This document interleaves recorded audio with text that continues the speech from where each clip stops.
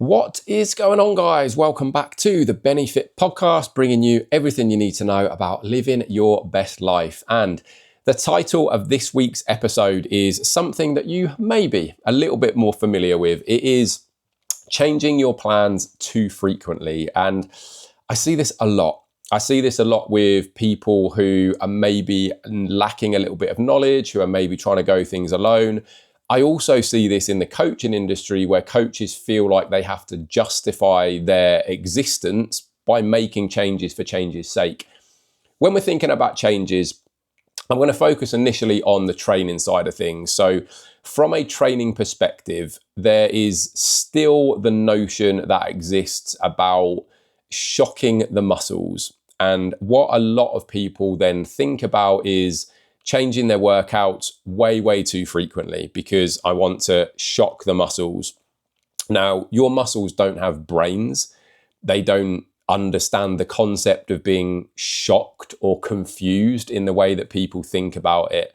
The shock that your muscle requires to grow, to change, to get stronger comes from progressing a lift over time. That comes from your form and execution being improved. It comes from adding weight to a particular movement without sacrificing form and technique. It comes from adding reps to a movement without sacrificing form and technique. These things are how you shock your muscles to come back bigger, stronger, and achieve the growth that you're looking for. And if you're changing your plans too often, and a common thing that I'll see is that people change their plans every 3, 4, even 6 weeks. If you're changing your plans that frequently, you aren't allowing your body ample opportunity to firstly get used to a new plan, because when that plan is new to you, it might take you the first session or two to get used to it, to bed it in, to decide whether the order of exercises is working for you, to decide if the number of sets and reps is in the right place, to decide if your intensity is good, if your execution of movements is good. So you're bringing in, a couple of movements that are newer to you haven't done for a while. You're probably going to need a bit of time to just re-practice those and get used to them. That might take you a week, 2, 3 weeks even. If you're then going to change that plan again in week 4, you're barely used to it. And then all of a sudden you're going through that process again. And so all you're really doing there is you're forever just getting used to a new plan. There's never really enough opportunity to actually bed the plan in and then push to progress it.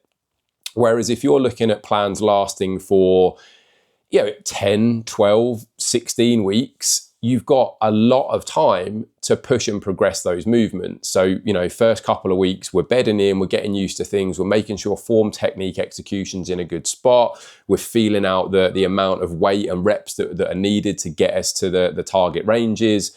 And then we've got plenty of time to progress those movements week after week after week after week to the point where we're improving things and we're stronger at the end of the block than we were at the start. Even then, it's then about reviewing stuff and seeing if a plan is put in place and the progress is just happening week after week after week after week, even if you might have originally intended that plan to last for, let's say, 12 weeks, if we're at week 12 and everything's going well and everything's progressing and you're enjoying the session, you don't need to change it just because it's at week 12. Allow that to run for another few weeks. See how things go then. You might get to week 15, 18, 20, and then you are starting to see things stall. You're starting to find that, you're struggling to progress some movements, all movements. You're finding that actually fatigue is setting in a bit quicker. All of these other factors that are going to play a role. And even at that point, it isn't necessarily that you need to totally overhaul the entire program. You like I say, you might get to week 10, 12 and pretty much everything is progressing. Maybe there's 1 or 2 movements that, are hitting a bit of a sticking point that aren't quite getting there. Just make some changes to those movements. Let everything else push and progress. Maybe swap the order of some movements, maybe swap like for like movements. It doesn't need to be this complete and utter overhaul of everything on a very, very regular basis.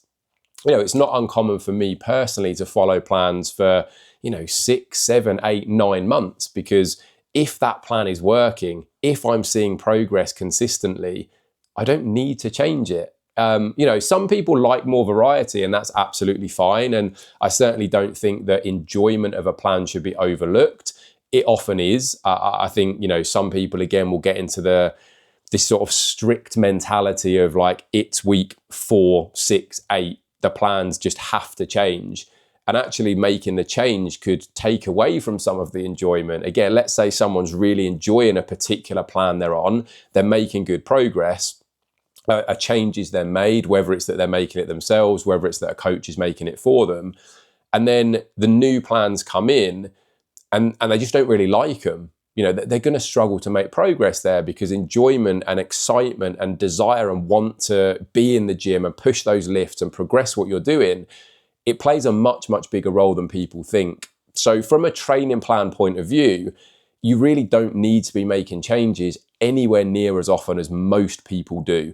If a plan is working, if you're making progress, if you're enjoying it, let it run. Let it run for a decent length of time until there are signs that maybe it isn't working or that you are feeling a certain way. It really is about allowing that plan time. So that, from a training point of view, is where I will leave that particular thing. Nutrition is a similar kind of thing as well. I mean, it's, from a nutritional standpoint, if something is working, why fix it? Why change it? It very much works in a similar fashion. If you've got your calories and macros in place and you're consistently losing or gaining, depending on what direction you're going in, the right amount of weight on a consistent basis, everything else is in a good spot, energy levels are there, management of hunger, etc., etc. If all of these things are where they need to be, progress is happening at the rate we expect it to happen, you don't need to be making changes. Again, some people might find that they want a little bit of a change just from almost like a diet boredom point of view, and that's fine. It's something that does happen. Like if I'm probably a pretty good example of this. Like, I can eat the same things consistently for a pretty long period of time, especially if they're working, especially if I'm seeing progress. I'm more than happy to do that.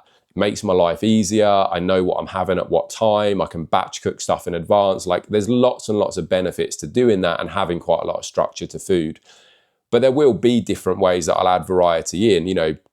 For example, like, it's during the day, my food is pretty much the same day to day. I might have like 2 options depending on whether it's a training day or a rest day for my breakfast and for my lunch. So there's a little bit of variety that comes in there. Evening meals, there's usually a little bit more variety. It might be the same like base ingredient. So typically that's going to be lean mince, lean steak, or some kind of fish. Depending, again, training day, rest day, what the calories and macros I'm aiming for in that meal. But even within that, so if I'm having some lean mince, one day that might be a chili con carne that's been batch cooked. One day that might be a spaghetti bolognese. One day that might be homemade burgers. Like, it might be the steak as a steak. Then there's going to be some salmon coming in. Like, there's different things that I can do with those evening meals with the same base ingredients, roughly the same overall calories and macros. But that's where that variety comes. The changes that are going to get made are only really going to get made to calories and macros at the point they need to get made. Again, I see a lot of coaches that will make changes to people's plans for the sake of it, or people who are trying again to manage things themselves because they've seen something online that says you need to be taking 100 calories off every single week. Well, again, if you think about that, like let's say to take some really easy numbers. You set things up at the start of your diet. You're eating 2,000 calories a day. We'll ignore macros and stuff for the minute. We'll just keep it really simple. 2,000 calories a day is the target you've got. And for that first week, you eat those 2,000 calories and you lose 2 pounds. You've lost 2 pounds eating 2,000 calories. Let's keep that going. Let's eat 2,000 calories until it no longer sees us losing weight. Why drop that down to 1,900 the week after and 1,800 and 1,700? Because in 10 weeks' time, we're eating 1,000 calories a day. we don't need to be eating 1,000 calories a day in 10 weeks' time. You know, we might have seen consistent loss eating 2,000 calories a day for 4, 6, 8 weeks. We might have had to make a change at some point to, you know, pull a couple of 100 calories off. So maybe at week 6 or 7, things start to slow down a bit. We want to, you know, give them that extra little push. We bring things down to 1,800 calories at week 6 or 7. And that then again, it sees things kick on again. So at that 10-week mark, where somebody who's just consistently taking 100 calories a week off their food, someone who's doing that in 10 weeks' time is at 1,000 calories, when actually they might, or they, you know, they could have been eating 1,800 calories and achieving the same thing. So I think from a food point of view, it's similar to training. You know, it's a little bit, if it ain't broke, don't fix it. Really does ring true in a lot of these situations. I'd also say when it comes to things like this, like, don't forget that food isn't the only tool you have available to play with. So most people, again, will use food as the first thing that they look to make changes to. You know, we've been eating 2,000 calories a day, but we've been doing like 5,000 steps a day and, you know, an hour's cardio a week. And then in a few weeks' time, things start to slow down a bit. If you've got the capacity, the time available, the desire to do it, to bump your steps to 8,000 a day, maybe you do 2 hours of cardio a week instead of the hour, you might not need to make a change to your food. You might still be able to eat the same amount of food, but use the additional expenditure to be the thing that drives the change. So it's about doing the right thing at the right time. It's about looking at individual circumstances. But I think with what I see very, very commonly is people just make changes almost for the sake of making changes. You know, it's like, oh, well, I've been doing this for a couple of weeks now, so I must need to make a change, even though everything's going well, everything's working as it should. So just be conscious of that. You know, don't make changes for the sake of making changes. If things are working, don't feel like they have to change. And just be very, very aware of allowing stuff enough time to do what it's supposed to do. So I hope that does all make sense. Any questions on that, as always, please do let me know. At Ben Howard Fitness on all of the socials. ben@benhowardfitness.com is the email address. Comments, shares, likes, subscribes, anything that you can do to help promote this podcast and get this quality information to more people will be very, very much appreciated. Have an amazing rest of your week. Have a superb weekend, and I'll be back again real soon.